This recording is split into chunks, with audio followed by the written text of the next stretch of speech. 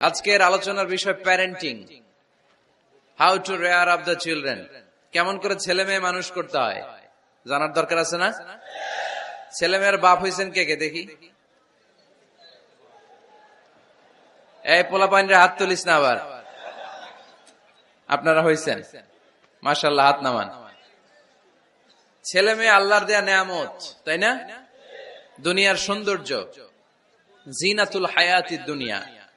কিছু কিছু জিনিসের প্রতি আকর্ষণ মানুষের জনমভর। এর মধ্যে একটা হচ্ছে সন্তান সন্ততি।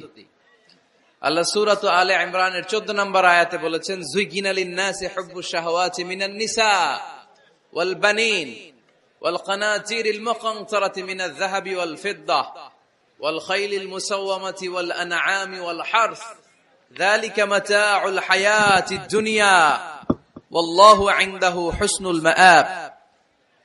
নারী, গাড়ি, বাড়ি, স্থাবর অস্থাবর সম্পত্তি, সন্তান সন্ততি, এগুলো প্রাপ্তির আকাঙ্ক্ষা, এগুলোর প্রতি আকর্ষণ মানুষের জনমভর। আমরা সবাই এগুলো চাই, ঠিক কিনা? এর মধ্যে সবচেয়ে গুরুত্বপূর্ণ একটা হচ্ছে সন্তান সন্ততি। দেয় কে? জোরে বলতে হবে, কে দেয়? চাইতে হবে কার কাছে?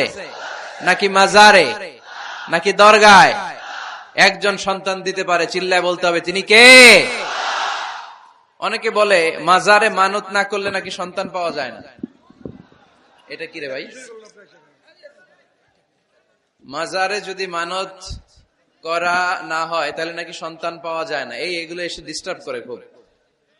এটা খুলে ফেলেন, খুলে নিচে রাখেন, এটাতে এদিকে রেখে দেন, এই পাশে থাক যতটুকু হয়, এদিকে দিয়ে দেন, এই পাশে। তো এটা একটা ভুয়া কথা, তাই না? মাজারে আর একটু উপরে উঠাইতে হবে। মাজারে মানত না করলে সন্তান যদি না হইতো, বাচ্চা যদি না হয়, গরুর যে বাচ্চা হয়, গরু কোন মাজারে মানত করছে বলেন? মাজারের বিরুদ্ধে আমাদের অবস্থান নয়। মাজার হচ্ছে মাকানু জিয়ারা, যেখানে মানুষ জিয়ারত করে, ভিজিটিং প্লেস। আসলে শব্দটা হবে মাকবার, মানে কবর। কারো কবরে যাওয়া, জিয়ারত করা, এটা সুন্নাহ। কবর দেখলে আমরা সালাম দেই, ঠিক কিনা? এটা সুন্নাহ। তবে কবরে শুয়ে থাকা ব্যক্তির কাছে চাওয়া যায় না। চাওয়া যায়? ইযা সাআলতা ফাসআলিল্লাহ, যখন চাইবে কার কাছে চাইবে? ওয়া ইযা ইসতাআনতা ফাসতাইন বিল্লাহ, সাহায্যের হাত যদি পাতো কার কাছে পাতবো? ওনার ভান্ডারে কমতি আছে, ঘাটতি আছে? আমাদের যার যা লাগবে সবও যদি উনি দিয়ে দেয়, ওনার কমতি পড়বে নাকি? সুবহানাল্লাহ পড়েন। এজন্য মাজারে মানত না করলে সন্তান পাওয়া যায় না, এটা ভুয়া কথা, তাই না? তাহলে ছাগলের বাচ্চা হয় কেমনে? গরুর বাচ্চা হয় কি করে? এরা তো কোথাও মানত করে না। তাহলে বুঝা গেল সন্তান দেয়ার মালিক কে? এটা অনেক বড় নেয়ামত। আমরা অনেক সময় বুঝি না, আমরা অনেক সময় খেয়াল করি না। এটা অনেক বড় নেয়ামত। যার সন্তান নাই সে জানে সন্তান না থাকার কি জ্বালা। এরকম নিঃসন্তান কিছু ভাইয়েরা আমাদের এলাকায় আছে না নাই? আছে। তারাই জানে কি জ্বালা। তো এই সন্তানকে কোরআন কোথাও বলেছে জিনা, সৌন্দর্য, কোথাও কি বলেছে? উত্তর দিতে হবে। কোথাও কি বলেছে? জিনা। আল মাল ওয়াল বানুনা জিনাতুল হায়াতিদ দুনিয়া। সন্তান আর সম্পদ এটা দুনিয়ার জীবনের সৌন্দর্য। ছোট ছেলে মেয়েরা, সোনামণিরা না থাকলে পৃথিবীতে কোনো সৌন্দর্য থাকতো? স্বামী স্ত্রীর ভালোবাসা কয় বছর? রং ধরা যৌবন, জং ধরে শেষ। 1-2 বছর পরে আর আগের ওই মাতলামিটা থাকে না, ওই ভালোবাসাটা থাকে না। এরপরে ভালোবাসাটা হয় ছেলে মেয়েদের কারণে, ঠিক কিনা? ঘরে গেলে আব্বু আব্বু ডাকে, আম্মা আম্মু ডাকে, ছোটাছুটি করে, দৌড়াদৌড়ি করে, কান্নাকাটি করে, রাগ করে বসে থাকে, রাগ ভাঙাতে হয়, এটাই মজা, ঠিক কিনা? এজন্য আল্লাহ বলেছেন জিনাতুল হায়াতিদ দুনিয়া। ছেলে মেয়েরা, সন্তান সন্ততি হচ্ছে দুনিয়ার জীবনের সম্পদ, দুনিয়ার জীবনের সৌন্দর্য। এক আয়াতে বললেন জিনা, আবার আরেক আয়াতে বললেন ফিতনা। ইন্নামা আমওয়ালুকুম ওয়া আওলাদুকুম ফিতনা। তোমাদের সম্পদ, তোমাদের ছেলে মেয়েগুলো যেমনি সৌন্দর্য, আবার অন দা আদার হ্যান্ড তারা তোমাদের জন্য ফিতনা।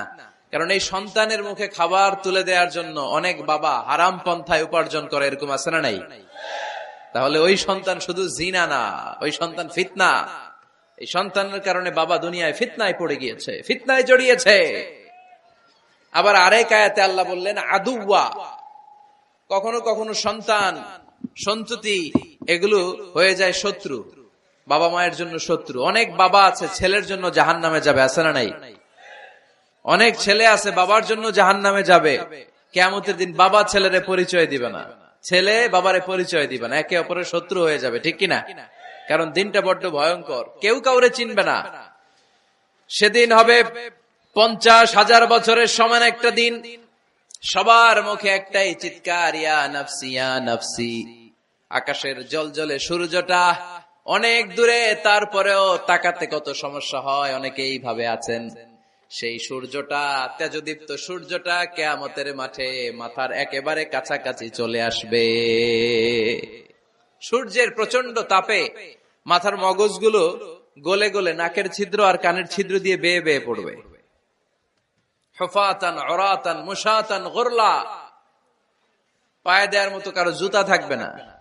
আজকে যে বাটা জুতা পরে আসছেন, অ্যাপেক্সের জুতা, কিয়ামতের দিন জুতা থাকবে পায়ে, গায়ে জামা থাকবে না। Everyone will stand up as naked. There is no dress, no costume, no garment in their body.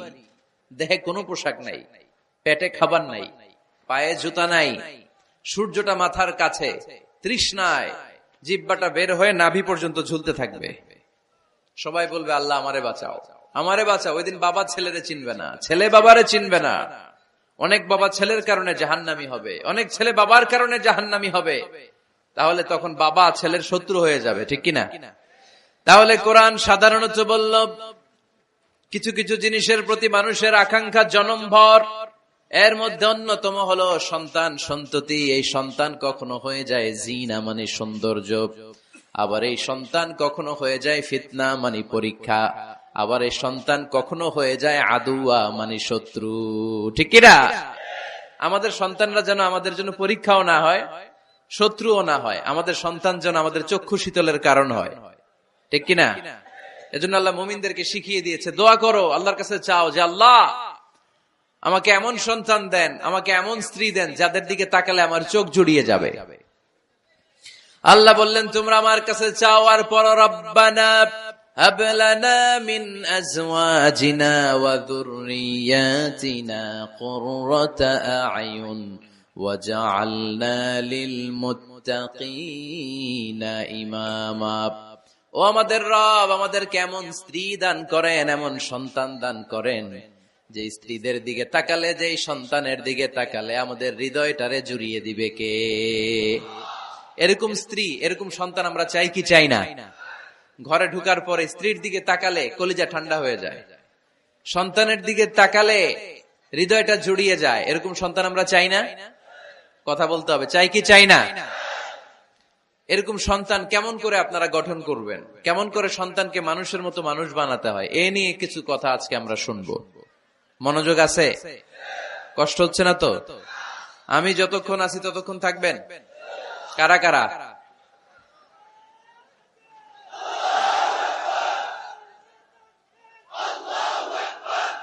মাশাআল্লাহ,